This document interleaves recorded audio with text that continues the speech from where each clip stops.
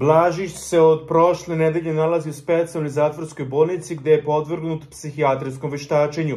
Viši sud u Smederevu produžio je za još 30 dana pritvor Urošu Blažiću, 21 iz Dubone, koji je uhapšen zbog sumnje da je ubio 8 i ranio 14 osoba u krvavom piru u selima kod Mladenovca. Pritvor mu je produžen zbog opasnosti od bekstva, da ne bi uticao na svedoke i da ne ponovi krivično delo u kratkom vremenskom periodu i zbog uznemirenja javnosti. Podsjetimo, Blažić se od prošle nedelje nalazi u specijalnoj zatvorskoj bolnici gde je podvrgnut psihijatrijskom veštačenju. On će i u narednim danima biti podvrgnut veštačenju od strane komisije stručnjaka.